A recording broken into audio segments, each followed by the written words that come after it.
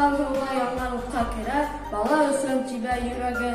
Рахмат сиңа, әсәйем, гомер биргәнең өсөн, йылы йөрәгеңне ярдәмәй, мине үтергән. Яраттың әсәйемде, миңа шигырь укуын, әйткән көйгә башларга кәрәкмәй миңа уен.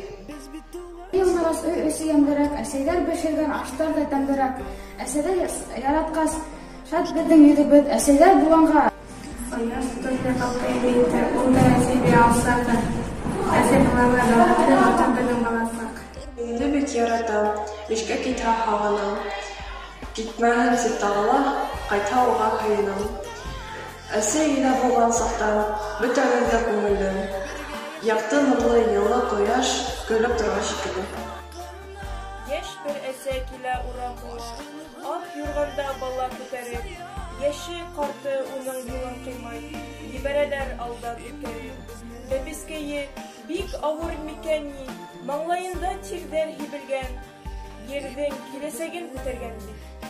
Түгелдер ул артыҡ еңелдән. Йәшәү шатлығы һин беҙҙең өсөн, үтер юлыбыҙға үрнәк һин. Сабырһың да, оло йәнлеһең дә, беҙҙең өсөн һәр саҡ кәрәк һин.